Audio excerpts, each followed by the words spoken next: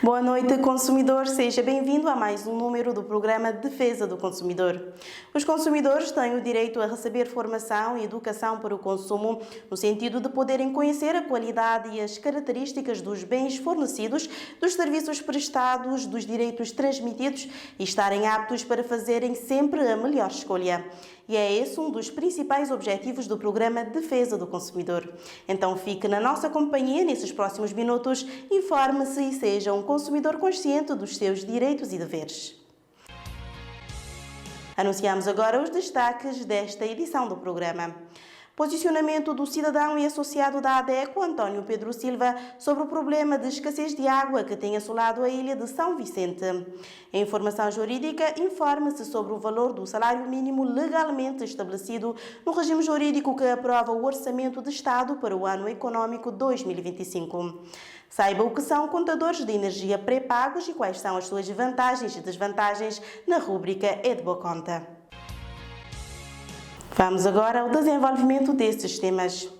Iniciamos o programa de hoje com o posicionamento do cidadão e associado da ADECO, António Pedro Silva, sobre o problema de escassez de água que tem assolado a ilha de São Vicente. António Pedro Silva chama a atenção da entidade competente, que nesse caso é a Eletra, para a necessidade de investimentos no aumento da capacidade de produção da central dessalinizadora do Mindelo, de modo a colmatar este problema. O abastecimento de água na ilha de São Vicente está numa situação muito crítica, que poderá eventualmente desembocar numa situação desastrosa caso não haja uma pronta e eficaz intervenção e um papel ativo da sociedade civil, em particular dos quadros, que, no meu entender, estão a ser muito passivos com esta situação.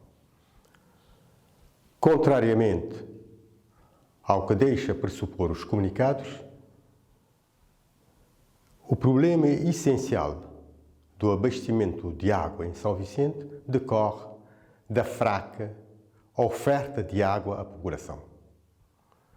Não só há necessidade urgente de investimento no aumento da capacidade da central dessalinizadora, como também na sua manutenção e principalmente na intervenção na rede de água. Não é aceitável que 50% da água produzida dessalinizada seja uma água perdida, que não chega às populações. É uma falha enorme. E pode-se conseguir investimentos, financiamentos para isto. Financiamentos próprios, porque a própria empresa, a Eletranorte, tem lucros anuais de cerca de $500 000 de contos. Eletranorte, São Vicente e Sal, a antiga Eletranorte. Mas há outros problemas. Há descoordenação entre a Câmara Municipal e a Eletra. Ridiculamente e irresponsavelmente, a Câmara Municipal atribui lotes de terreno acima da cota do nível de água dos reservatórios. Outros problemas sérios que se põem é a necessidade, no caso específico de São Vicente, de haver uma segunda central. Porque em caso de avaria séria na central da Matiota, irá haver um autêntico desastre em São Vicente. Para concluir, um apelo à sociedade, no sentido de fazer com que as autoridades locais assumam alguma liderança e responsabilidade nessa área, porque o abastecimento público, direta ou indiretamente, tem a responsabilidade das autoridades locais. E a sociedade civil, as universidades em particular, têm o papel de ter voz ativa e não submissa perante uma situação como esta. A Associação para a Defesa do Consumidor apresenta mitos e verdades sobre a ADECO. A ADECO é uma autoridade? Mito. Pois a ADECO não tem direito ou poder de decidir e fazer obedecer. A ADECO é uma associação. Entende-se por associação uma forma jurídica de legalizar a união de pessoas com interesses comuns para o benefício dos seus associados e sem fins lucrativos.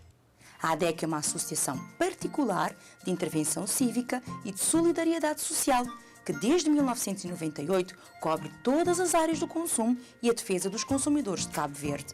Promove a cidadania, o desenvolvimento sustentável e a preservação do ambiente e não prossegue fins políticos ou religiosos. Nesse tipo de organizações, o que mais importa são as pessoas que as compõem. No caso da ADECO, os associados e consumidores no geral.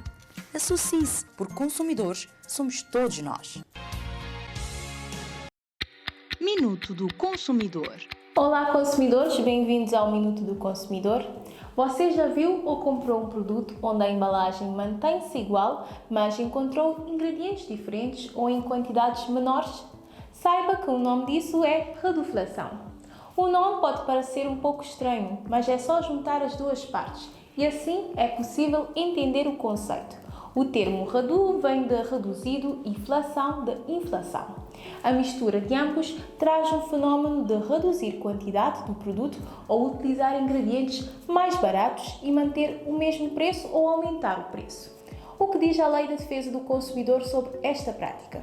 As empresas podem mudar quantidade ou ingredientes de um produto, porém a lei é clara que é necessário que o aviso da mudança seja explícito e claro, sem a possibilidade de gerar qualquer dúvida no consumidor. É preciso estar atento na hora de fazer as suas compras. Avalie as embalagens e os rótulos. Compare a quantidade indicada nas embalagens antes de comprar. Verifique o preço por unidade de medida, como grama e litros. Verifique também e esteja atento às mudanças de embalagens que podem mascarar a redução do produto. A transparência é fundamental para que o consumidor tome decisões informadas e exerça seus direitos. Em caso de dúvidas, reclamações, contacte a ADECO.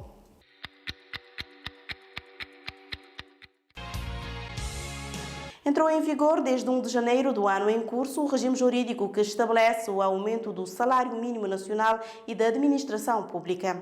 Esta atualização salarial estipula uma remuneração mínima de 19 mil escudos para os trabalhadores do setor público e 17 mil escudos para os trabalhadores do setor privado.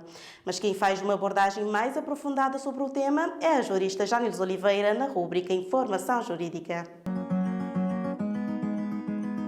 Em conformidade com o previsto na Lei nº 45/10 Romano de 2024, que aprova o Orçamento do Estado para o ano econômico de 2025, procedeu à alteração do salário mínimo nacional aplicável aos trabalhadores por conta de outrem, passando para 17 mil escudos, bem como o valor da remuneração mínima mensal garantida para os funcionários e trabalhadores da administração pública.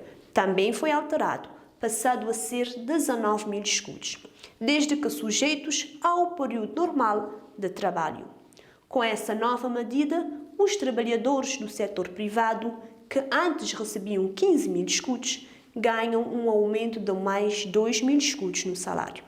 Já na função pública, que antes recebiam 16 mil escudos, ganham um aumento de mais 3 mil escudos no salário.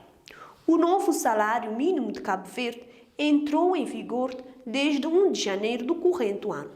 O salário mínimo é o valor mais baixo que os empregadores são legalmente obrigados a pagar aos seus trabalhadores.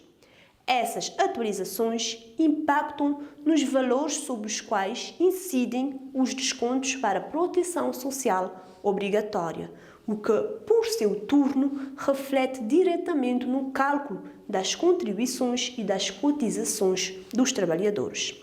Os trabalhadores que, caso não tenham recebido o valor do salário mínimo, aprovado pela Lei nº 45/10 Romano de 2024, deverão contactar a Inspeção Geral do Trabalho, onde poderão registrar as suas denúncias. A entidade empregadora que não cumprir com o pagamento do salário mínimo legalmente estabelecido está perante uma infração passiva de punição contra a ordem nacional. Contadores de energia pré-pagos, o que são e quais são as suas vantagens e desvantagens? Quem nos traz a resposta a estas questões é o engenheiro Marco Cruz, na rúbrica É de Boa Conta.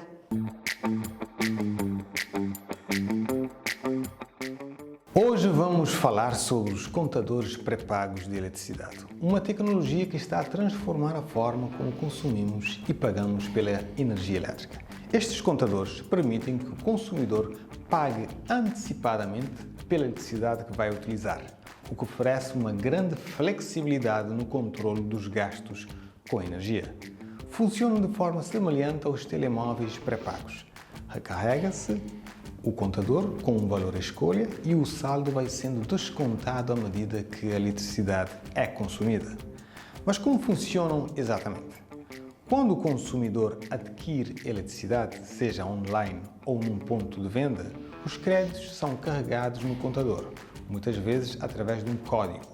O contador pré-pago vai então contabilizando o consumo e o saldo vai diminuindo em tempo real, alertando o utilizador quando está próximo de se esgotar. Se o saldo chegar a zero e não houver uma nova recarga, o fornecimento de eletricidade é automaticamente interrompido, até que sejam comprados novos créditos. Quais são as principais vantagens deste sistema? A primeira é o controle rigoroso sobre o consumo e o orçamento. Com o contador pré-pago, o consumidor sabe exatamente quanto está a gastar, evitando faturas inesperadas no final do mês. Além disso, para pessoas que querem gerir o seu orçamento doméstico de forma mais eficiente, este sistema pode ajudar a evitar a acumulação de dívidas ou cortes inesperados por falta de pagamento. Outro ponto positivo é que elimina a necessidade de leituras de contadores tradicionais, tornando o processo mais rápido e automático.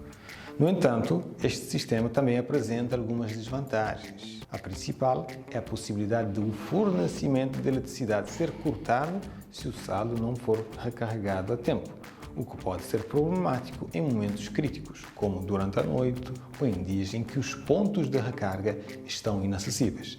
Além disso, pode ser inconveniente para pessoas com dificuldades de mobilidade ou acesso limitado à internet, que dependem de deslocações para recarregar os créditos.